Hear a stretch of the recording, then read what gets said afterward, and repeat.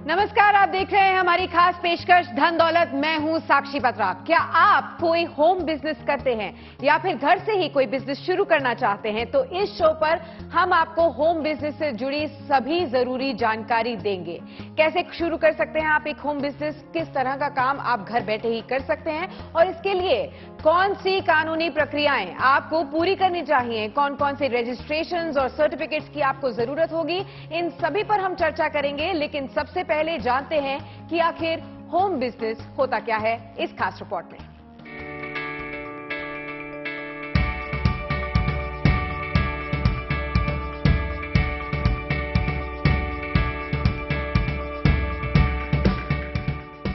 Amazon, Apple, Dell, HP, Google, YouTube, ये कुछ ऐसे नाम हैं, कुछ ऐसे ब्रांड्स हैं जो आज बिजनेस की दुनिया में तहलका मचा रहे हैं। ये नाम दुनिया की सबसे बड़ी कंपनियों में शुमार हैं। इन कंपनियों का व्यापार खरबों डॉलर का है। अगर ब्रांड की बात करें तो ये कंपनियां दुनिया भर में मशहूर हैं।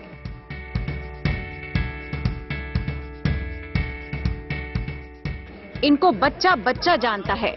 लेकिन आपको जानकर हैरानी होगी कि इन सभी कंपनियों की शुरुआत होम बिजनेस के तौर पर हुई थी। किसी ने अपने घर के गैराज से तो किसी ने अपने घर के बेसमेंट से इन कंपनियों की शुरुआत की थी। सिलसिला आगे बढ़ा और साल दर साल कामयाबी के बाद इन कंपनियों का दुनिया भर में दबदबा हो गया। यानी अगर आप अपना कारोबार शुरू करने का मन बना चुके हैं तो आप भी होम बिजनेस शुरू कर सकते हैं।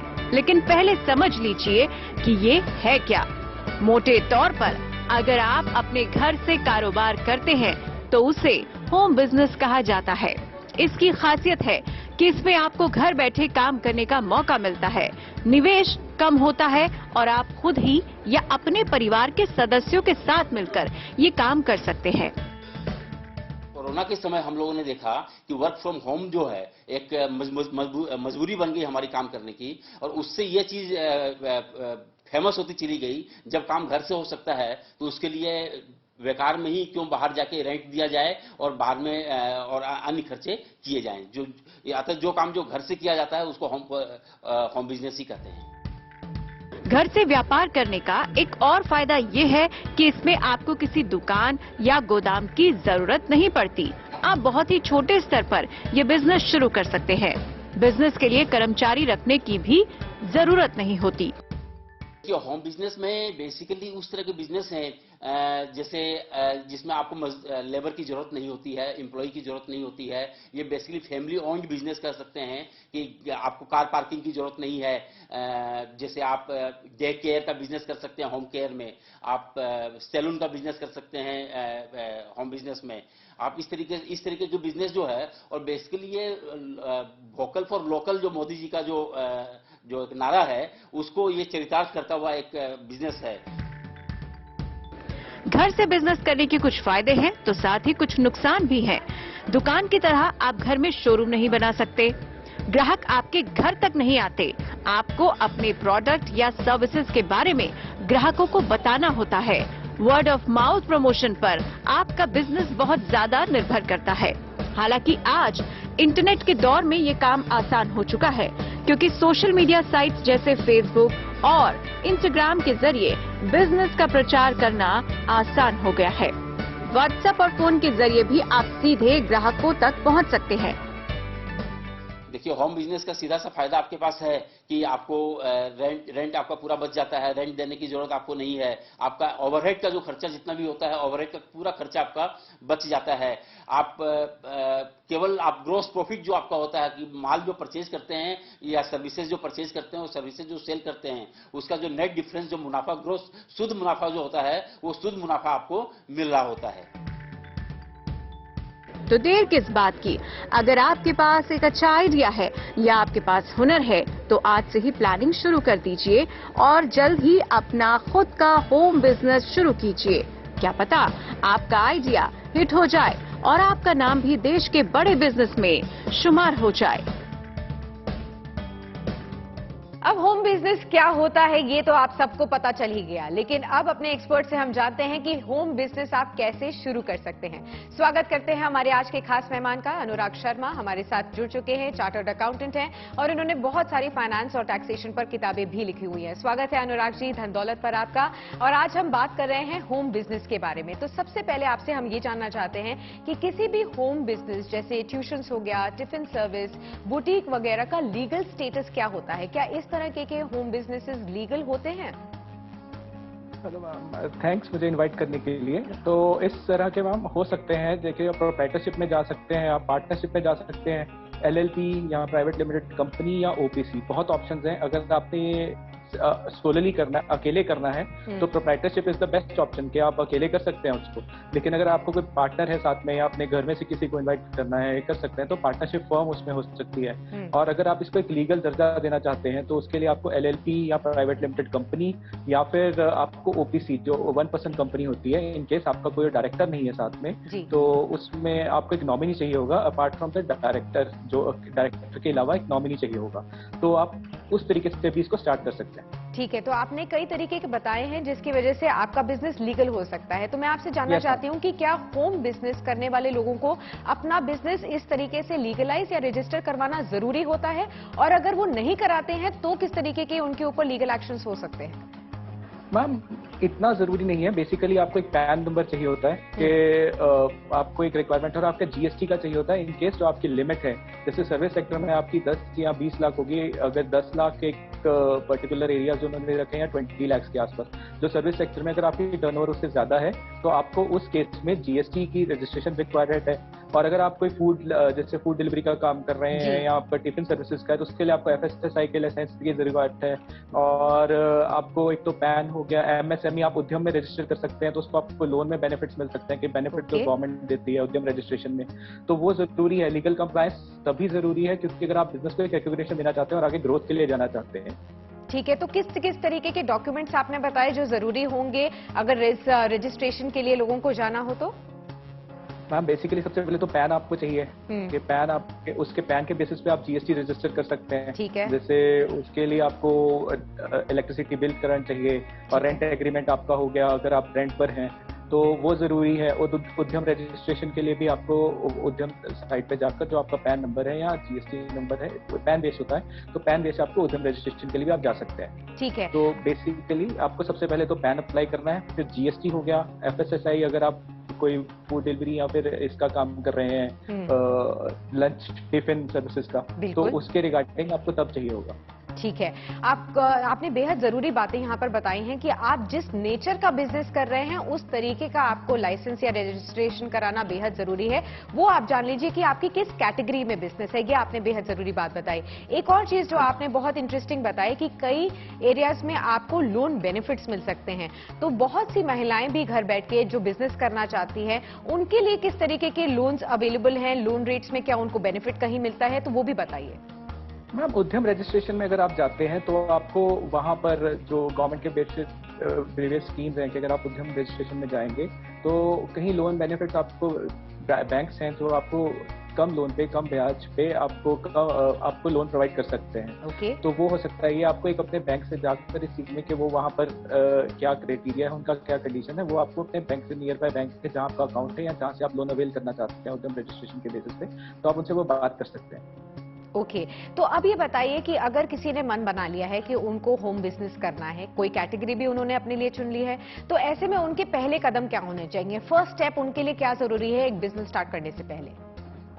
मैम सबसे पहले तो आपका प्लेस ऑफ बिजनेस होना चाहिए प्रॉपर, कि अगर आप वो रेंटेड है या आप खुद का है। अगर रेंटेड है तो आपको एक जो लीगल जो आपको रेंट एग्रीमेंट चाहिए, और जो नोटराइज हो प्रॉपर, वो रेंट एग्रीमेंट चाहिए। उसके बेसिस पर आप अपना जीएसटी अप्लाई कर सकते हैं, पैन आप अप्लाई कर सकते हैं। और आप जब भी स्टार्ट करते हैं सबसे पहले तो आपको करंट अकाउंट खुलवाना जरूरी है। क्योंकि आप बिजनेस स्टार्ट कर रहे हैं तो आपका सेविंग्स और करंट से आपका डिफरेंस होना चाहिए। करंट अकाउंट आप जरूर खुलवाएं। और फिर आपको जीएसटी के लिए भी जाना चाहिए कि आजकल नए नए कंपनीज आ रहे हैं जीएसटी में, आपको पता है कि इतनी अमेंडमेंट आ रही है, और इसका बेनिफिट भी है एक टाइप से। अगर आप कॉम्पोजिशन डीलर नहीं है, कॉम्पोजिशन इन द सेंस अगर आपकी सालाना टर्नओवर 1.5 करोड़ से नीचे है तो आप कॉम्पोजिशन में आ जाते हैं। तो उसके बेनिफिट्स ये होते हैं कि आप इनपुट नहीं ले सकते, लेकिन अगर आपको बिजनेस बढ़ाना है, टर्नओवर आपको उम्मीद है कि 1.5 करोड़ से ऊपर जा रही है या क्या जा रही है, तो आपको रेगुलर डीलर के तौर पर रजिस्टर करवाना पड़ेगा जीएसटी में। ठीक है। तो जीएसटी में अगर आप उससे आपको एक अलग रिकॉग्निशन मिलेगी कि आप बिजनेस आगे आपने कोई और स्टेट्स में जाना है या कहीं और भी जाना है, तो आपको उसको बेनिफिट काफी मिलेगा। ठीक है, तो आपने बेहद जरूरी बात बताई है कि जीएसटी के बेनिफिट्स भी क्या मिल सकते हैं आपको अगर आप होम बिजनेस कर रहे हैं, तो उसके लिए भी आप जरूर जानकारी हासिल कीजिए। इसके अलावा ये बताइए कि किस तरीके के बिजनेसेस होम बिजनेस में किए जा सकते हैं और कौन से ऐसे बिजनेसेस हैं जो होम बिजनेस में नहीं किए जा सकते। मैम बेसिकली आपको मैन्युफैक्चरिंग से थोड़ा इशू आएगा, क्योंकि आप मैन्युफैक्चरिंग एक्टिविटी एक घर में नहीं कर पाएंगे जी। लेकिन अगर वो फूड प्रोसेसिंग हो जाता है उसमें आपको बेनिफिट है।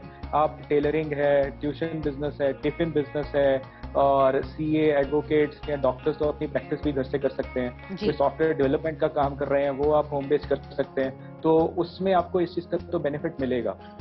ठीक है, आपने बहुत जरूरी एक और बात बताई थी कि अलग अलग तरीके से आप अपने बिजनेस को रजिस्टर कर सकते हैं, सोल प्रोप्राइटरशिप से, पार्टनरशिप से, एलएलपी से। तो इन सब में डिफरेंस क्या होता है, बेहतर कौन सा रहता है, ये भी समझाइए।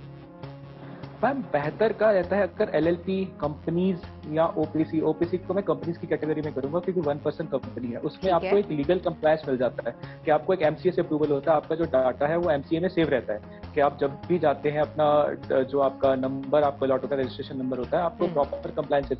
और एलएलपी में कंपेयर टू प्राइवेट लिमिटेड काफी कम कंप्लायंसेस हैं। जैसे हम नॉर्मली आपका एलएलपी 8 या एलएलपी 11 फॉर्म जब आता है तो उसमें कंप्लायंसेस कम है।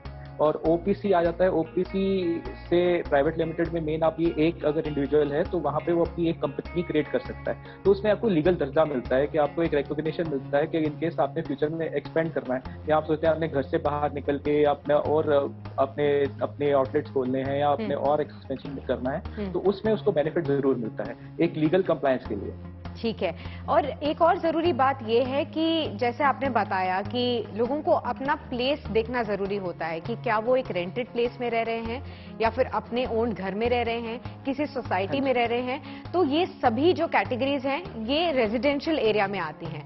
तो अगर कोई एक रेजिडेंशियल एरिया से होम बिजनेस स्टार्ट करता है तो क्या उनको अपने प्रॉपर्टीज में भी या प्रॉपर्टी स्टेटस में भी कोई चेंजेस कराने की जरूरत है, क्योंकि वो किसी कमर्शियल साइट से शुरू नहीं कर रहे हैं बिजनेस।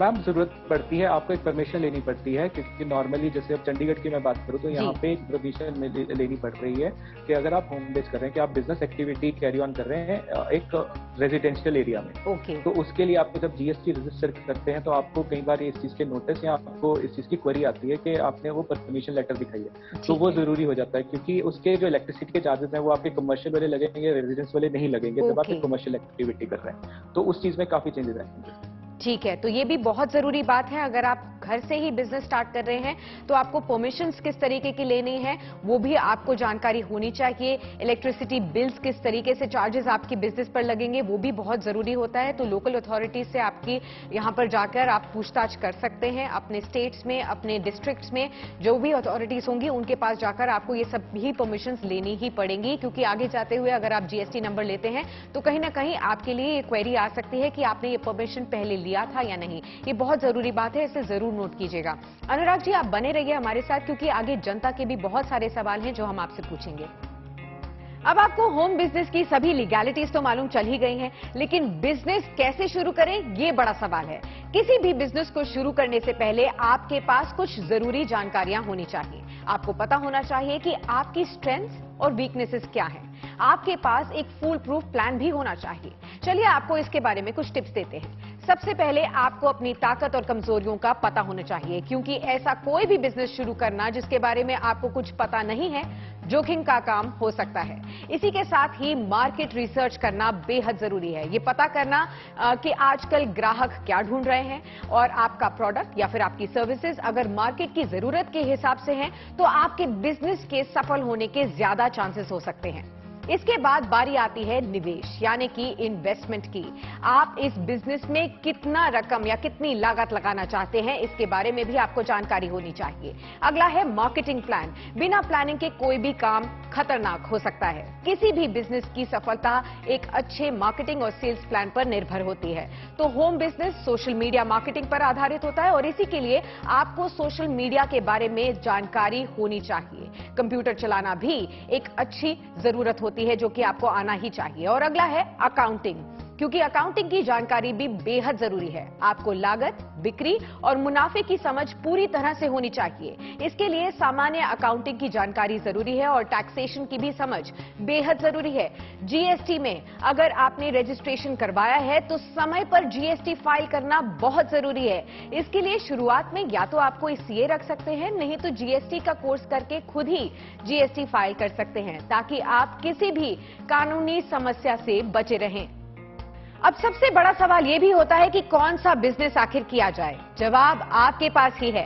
जरा नजर घुमाकर देखिए, आपके आसपास ऐसे बहुत सारे लोग दिख जाएंगे जो कि कोई ना कोई काम कर रहे हैं। छोटे बड़े हजारों बिजनेस रोज हमारी और आपकी जिंदगी को आसान बना रहे हैं। बिजनेस चुनने में सबसे पहला कदम होता है अपने बारे में जानना। हम में से हर एक के पास कुछ ना कुछ हुनर जरूर होता है, जानकारी होती है, योग्यता होती है, और जिसका उपयोग करके आप अपनी पसंद का बिजनेस कर सकते हैं। बिजनेस दो तरह के होते हैं, प्रोडक्ट जहां आप कुछ बनाते हैं और बेचते हैं, या फिर सर्विसेज जहां आप अपनी योग्यता या जानकारी या फिर एक्सपर्टीज को उपयोग में लेकर आते हैं। और अब वक्त है जनता के सवालों का। अनुराग जी हमारे साथ जुड़े हुए हैं। अनुराग जी, सबसे पहला सवाल हमारे पास नासिक से आया है। ये पूनम पूछ रही हैं कि वो घर में ही ट्यूशंस लेती हैं, तो क्या उन्हें टैक्स भी भरना पड़ेगा?